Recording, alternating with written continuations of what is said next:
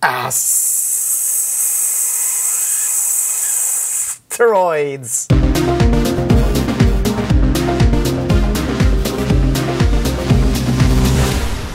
Hi, my name is Kaze and welcome to another Right Brain tutorial. As you might have noticed, there's been a couple of updates around here and hopefully there's a few more updates to come. So recently I found myself working on a project where I had to come up with some asteroids, okay?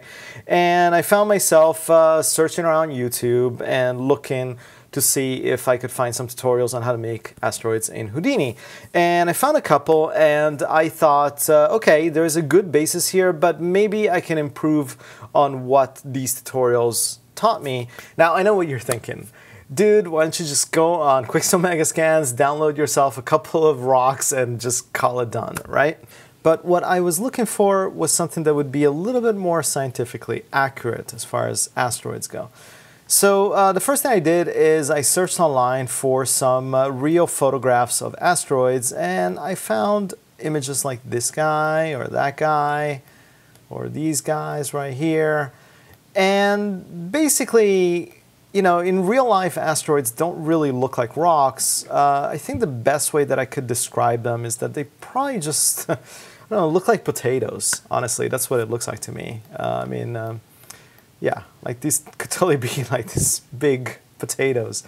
And one of the defining characteristics that I see in them is that they have all of these little craters on the surface, okay? And some of the craters are teeny tiny and some of them are a lot larger, like you can see in this image, and we've got a couple of big ones right here. So let's dive in and figure out how to get this type of look out of our asteroids. So here we are in Houdini, and the first thing I'm going to do is create a sphere. Okay, this is going to be our first base for our asteroid, and let's dive into here. And the next thing I want to do is change this sphere from being a primitive to a polygon so that we can actually do some cool stuff with it. I probably want to use a fairly dense mesh for this, so let's increase the frequency. We're probably going to want to go fairly high, 25, screw it, let's go 30. So now we have a fairly dense mesh. What I also want to do is I want to scale this up because right now it's a little small, and I usually like to work at least in the general size range of the real thing. So I'm going to make the uniform scale 10. The next thing I want to do is I don't want this to be a perfectly round sphere, so we're gonna squish it a little bit so that it starts taking a little bit of this potato shape, right? So let's maybe make it a little bit wider, say 1.5 on the x-axis, and maybe squish it down on the y-axis. Let's go like 0.8. And also on the z-axis, we can kind of squish it down that way. Let's make it 0.9, something like this. I mean, this is a good starting point for our asteroid, but not quite there yet.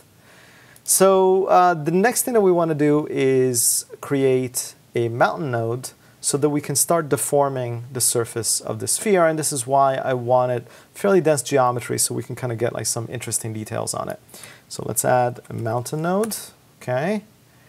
And the mountain node is going to start giving us some interesting things like this. All right, so first thing, let's change the element size. Right now it's a little too small, so I'm going to make it 10 times larger. I'm going to put in 10 right here.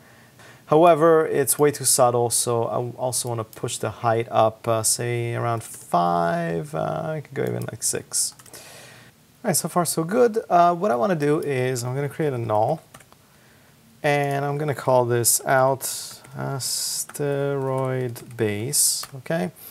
So this is going to be our main body of the asteroid, right here. So next thing I want to do is to be able to start adding some craters onto the shape. And the way we're going to do it is by scattering a bunch of points on a surface and copying some spheres to it. And then we're going to use a Boolean node to carve you know, the various craters into the asteroid. So let's start by adding the points. And I'm just going to tap into this guy. I'm just going to put scatter. Okay. And what scatter does is basically scatters a whole bunch of points on the surface of the asteroid. We don't really need that many, so we can change this to, I don't know, say like 50. Even that is too many. Let's call it 10.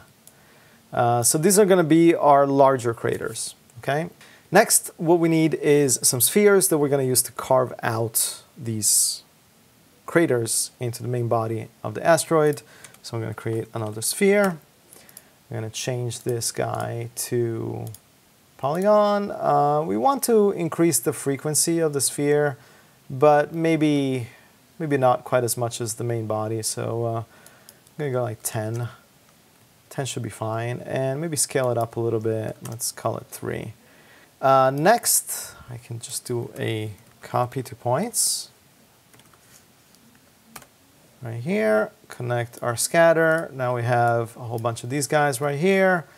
And now I can just use a Boolean node. So Boolean subtract. Connect this guy to that guy. And boom, we have our craters. And we're done. Thank you so much for watching. I'm joking, of course, but this was the basic extent of some of the other tutorials that I saw on YouTube, and I thought we can do better than this here. Let's just kind of switch to like a smooth shaded view so we can get a better sense of what this thing looks like. Actually, I'm going to change the background to be dark so we can kind of see. So it looks a little more like space. Okay, so there are several issues that I have with this, starting with the fact that all of these spheres are identical in size. So let's change that. And we're going to do a teeny tiny bit of attributes manipulation, but don't worry, I'm going to try to keep it right-brained as always. So we're going to use an attribute randomize node. We want this after the scatter, so we are actually applying this attribute to the points that we are creating. Okay, and right now it starts looking like some weird, I don't know, like it's been like pelted with M&Ms or something like that. But that is because right now the attribute that we're randomizing is the color. So let's not randomize the color. We're just going to change this to p-scale. So p-scale simply means point scale, and right off the bat you can see that we now have different sizes for our spheres. Here I'm just going to go to copy the points so we can see the spheres. Let's change a couple of things here. I want to use the first dimension parameters for everything because I don't really need to scale them in different axes or anything like that. And I don't want the minimum value to 0. Let's make the minimum value, I don't know, maybe like 0.5, and let's make the maximum value 2. It's a little too large now. Maybe let's just kind of scale it down a bit. Okay, so this is looking a lot better, and if we click on the Boolean, we're starting to see that we're getting something that looks reasonably closer to what maybe might be happening in nature. So there is another problem with the results that we're getting right now, and it might not be terribly obvious quite yet, but if we go back to our reference images, and this is why you should always work with some references, then it will become quite obvious what the issue is. So let's go back and take a look at some of those NASA shots that I got from PureRef. And what you can see here is that although we do have bunch of craters like this, they're not very deep. Okay, they're very, very shallow. So they don't look like perfect spheres are intersecting, you know, at the halfway point with the main body of the asteroid. It looks a little bit more like, I don't know, like subtle like thumbprints or fingerprints on it almost, right? So let's go back to Houdini and figure out how we can do that, because right now, as you can see, like the spheres are going right in, because I mean, we scattered these points on the surface here. Hopefully you can see the points on YouTube. we scattered these points on the surface of our main asteroid base. And then we instanced a bunch of spheres on each point. And what basically ended up happening is that our spheres are being instanced so that the point where they're instanced is the exact center of the sphere. So that means that half of the sphere is penetrating inside the base body of the asteroid, and half of it is on the other side. So this doesn't work, and we need to kind of figure out a way of pushing them outward so that they will only, maybe intersect, I don't know, like this, this part right here, just the very, very tip of the sphere. That's all we need. Houdini gives us a really, really cool node to be able to push things apart based on their normals, and that node is called the peak node. So we're going to insert a peak node after our scatter. I'm just going to put it right here. Peak, peak, peak, peak. And what the peak node has, it's really, really simple nodes, and all it does is just have a distance, and if we kind of alter this thing, it pushes the points away or makes them closer. And this is all based on the normal. However, nothing is happening, and the reason for that is because we don't have any normals on these points. So that's, we need to fix that. So I'm going to come out from my mountain node here, the shape that we're using to scatter the points on, and I'm just going to insert a normal node in here. So now we should have some normals on the points. I don't think you can see them, it's probably like too small, but if we go on the peak, and now, look at that. Whee! Now we're getting actually some action. So now if we go to our copy points, I'm just going to switch off the normals. You can see that we can push the spheres apart. I think like a distance of 1. Let's start with that. Let's take a look at the Boolean. And yeah, I mean, we are much... it's starting to look a little bit better. So this takes care of our larger craters, which, which is part of our main asteroid. But we also want maybe some smaller, teeny tiny craters on here. So let's do the same thing. I'm just literally going to highlight these guys, hold down my Option or Alt for you Windows people. And we actually don't need to we don't need to recompute the normals here. We're just gonna connect this and get rid of this guy. Okay. And the main difference that I'm gonna do in here is, here, let me just bypass the peak for now. I wanna scatter more points. So instead of 10, let's do 100 maybe. Maybe just use a different seed in general. Move the iterations a little bit, and most importantly, I don't want a sphere that's as large as this guy, because that is way too big. So this is for like the small craters now, and let's go with, I don't know, like 0.5. All right, cool. So copy into points. So far so good. Attribute randomize, we're still okay with 0.5 to 2, so basically we're going from half of the size to twice as big. And let's now enable the peak. So this is going to be a little bit different now, because our peak that we have disabled right now is probably like a little bit too much. So I'm just going to bring it back down to 0. Let's connect this to our Boolean, just so that we can kind of take a look at what we have, and let's start adjusting the peak, giving smaller increments. Let's try 0.1, let's try 0.5. Yeah, I mean, that's kind of cool. I think we can go much smaller with the sphere. Let's go 0.2. Now they disappeared, see, because our peak is now pushing them way too far. So let's go 0.1, 0.15 maybe, and let's go 0.2. Yeah, let's call that okay for now.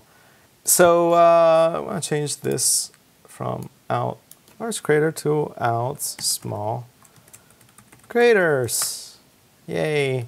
And probably put like a merge node in here. So we're merging both the large craters, large balls, and small craters, big small balls, into a merge node, and then we're feeding this merge node into our Boolean. And Houdini's going to do a little bit of calculation. It's kind of crunching through some numbers, and now we have both some very large craters and some small craters. One of the things that was bothering me about the other tutorial that I wanted to figure out a way to address is the fact that here, let's go back to the pure ref. So when a smaller asteroid impacts on a larger asteroid and makes a crater, and it looks kind of cool, but it's not just a hole in a perfectly flat surface, right? It's actually creating some ridges around the edges.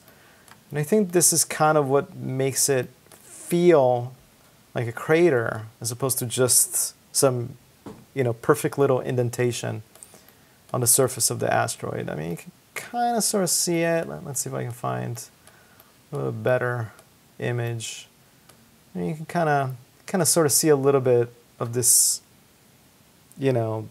material that has kind of pushed its way out, and it's now kind of creating this little ridge around the hole.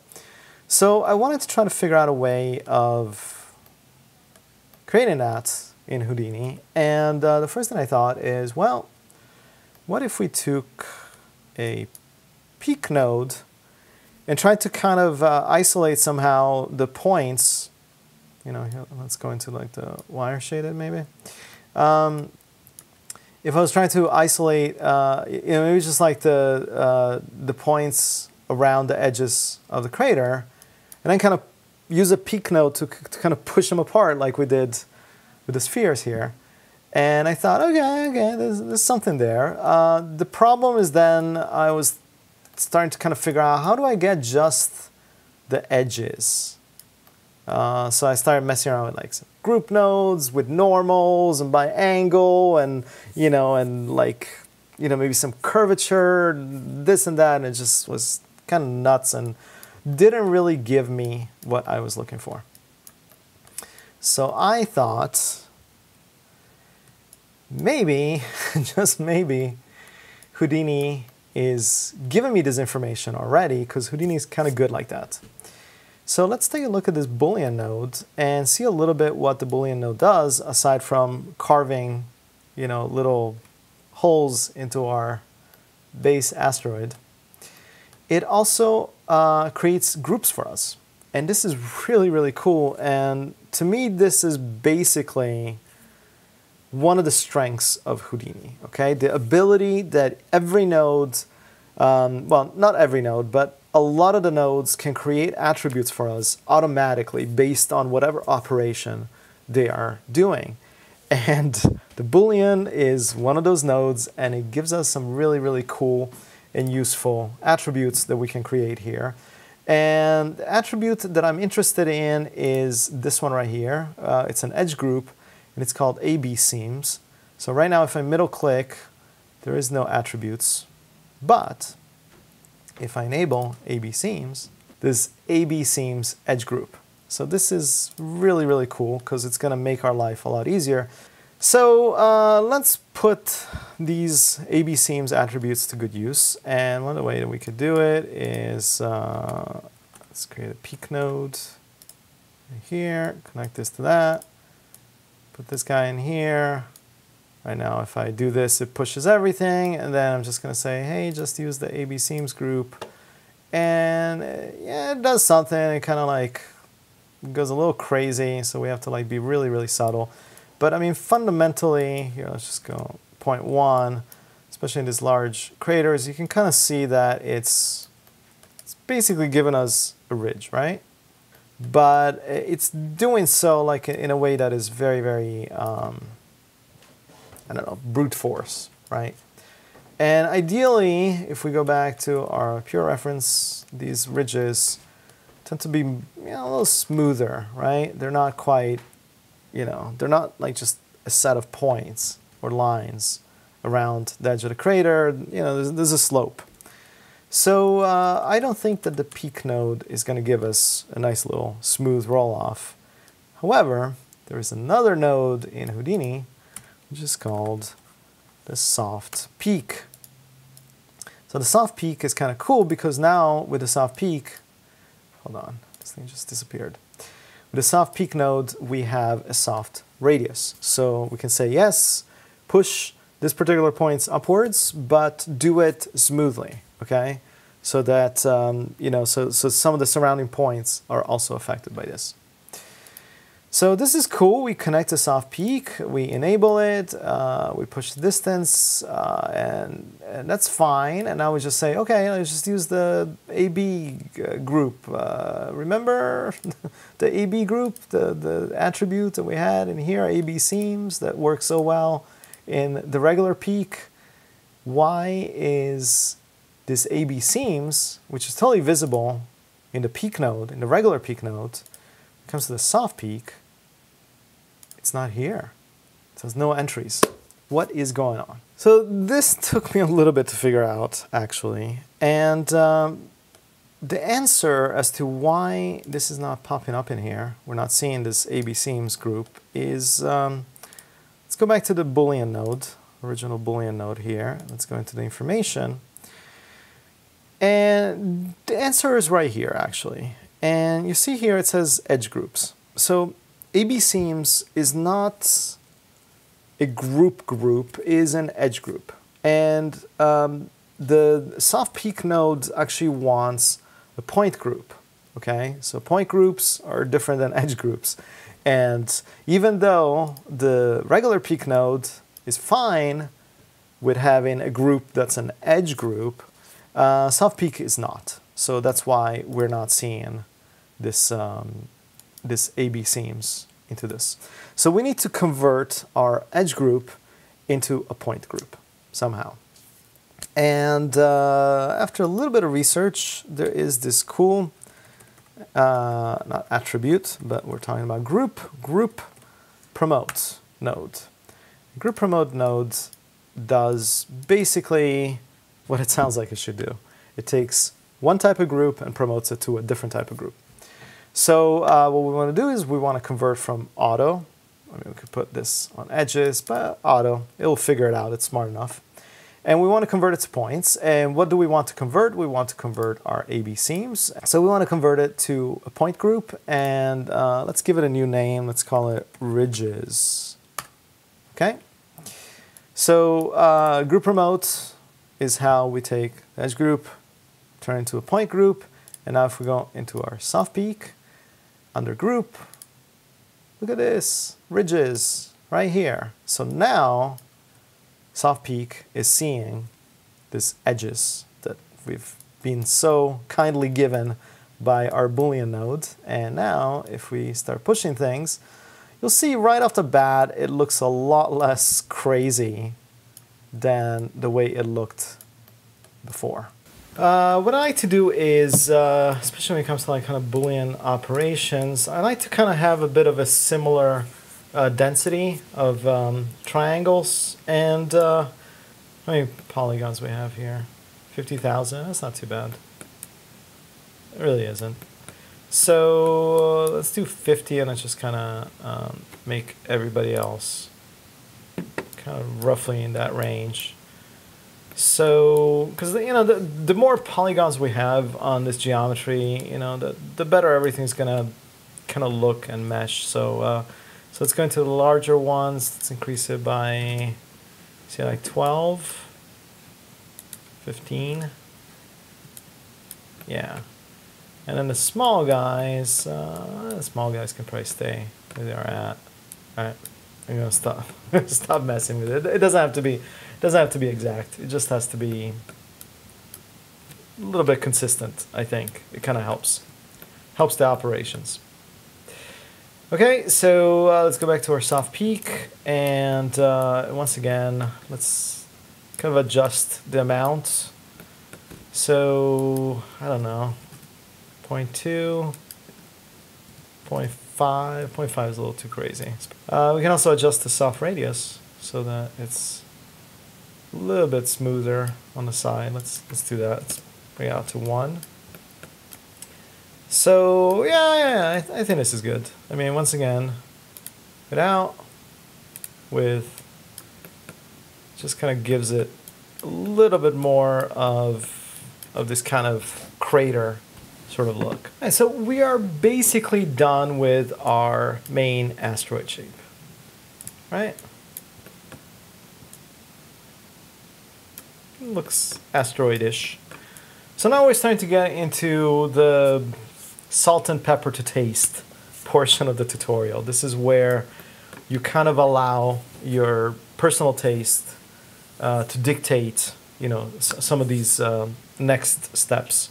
The main thing that I want to be able to do is I want to be able to add some imperfections, some kind of you know, bumpiness and kind of irregularities to the inside of the craters. Right now they're way too spherical. I mean, we could have done this at the sphere level right here, but I think we're probably gonna want to, you know, like add a little bit more overall noise to our asteroid. I mean, once again, if we go look at our reference images, you'll see that, you know, there's like irregularities inside these craters. So let's start by adding a subdivision surface, subdivide. Sorry, I've been hanging out in Blender a little too long.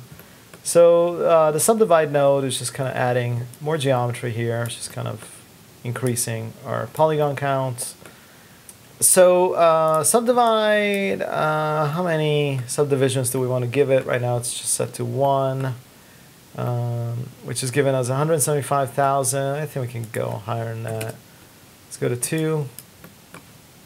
That is 700,000. I think that's fine. I mean, I think as long as we keep it below 1 million, we are fine. I mean, you know, of course, if you want to use this in a video game or something like that, then you probably want to go much lower than that. But, you know, if you're doing like some kind of fancy movie, sci-fi, you know, homage to, you know, Empire Strikes Back or something like that, then this poly count is pretty good. Okay, cool. So next thing is let's add another mountain node so that we can add some organic looking noise. So, whoa, it's a little too crazy. I really don't need it to kind of be this bumpy, right? Because once again, regular asteroids are kind of smooth actually. So let's just kind of bring this down, 0.5. Let's just get rid of this, just go to plain flat shaded. I think 0.5 is fine. Maybe adjust the roughness, smooth out a little bit, 0.4. Sorry about that. I just realized that my clip-on mic had fallen on my desk and I didn't know, and the previous part was probably a little bit more noisy and roomy than I would have liked to, but anyways, sorry. Okay, I mean, this is looking pretty good. I'm pretty happy with this. We need to maybe add some normals.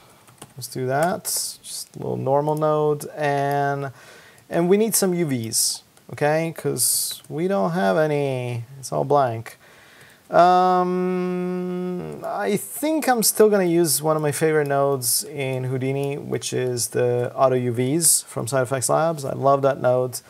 It's probably going to take a bit of time to calculate all of these kind of surface irregularities. I mean, I can just tell. I mean, it's going to have to do a lot of like kind of analysis on the geometry, but let's try it and see what happens.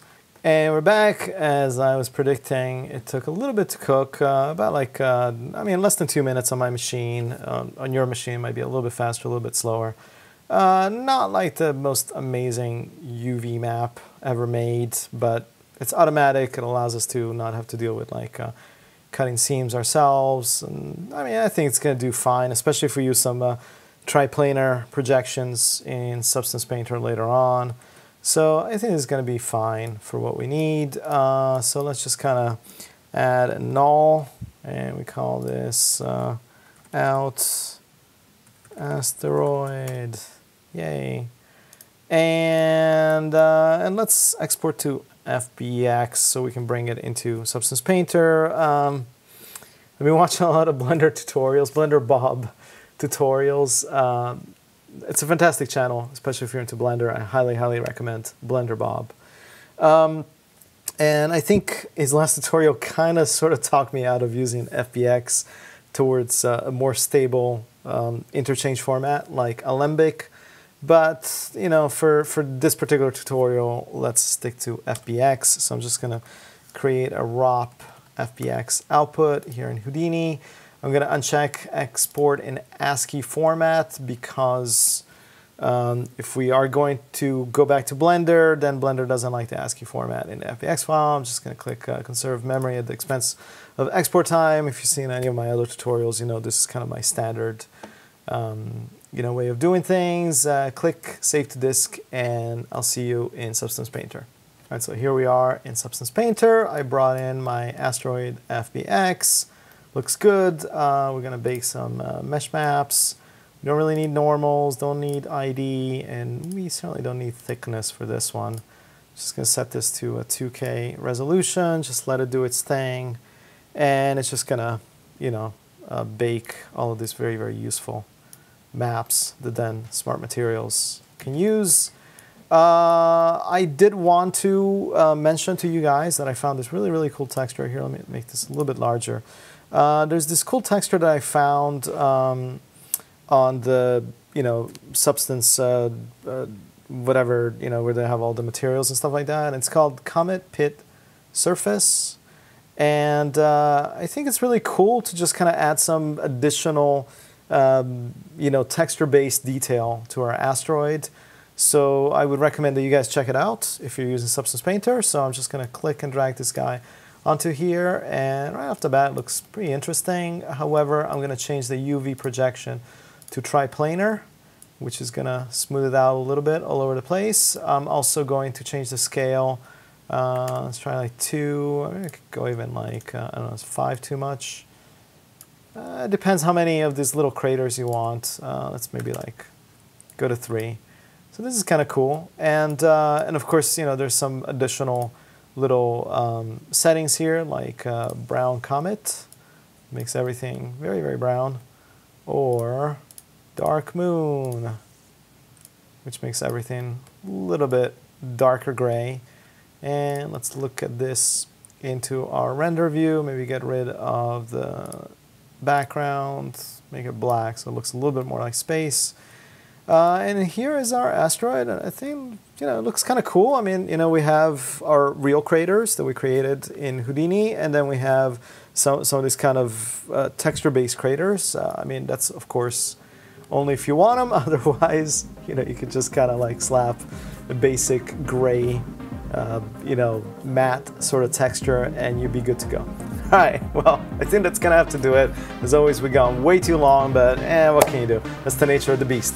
At any rate, I hope you found some of this information useful. Thank you so much for watching, and I'll see you next time.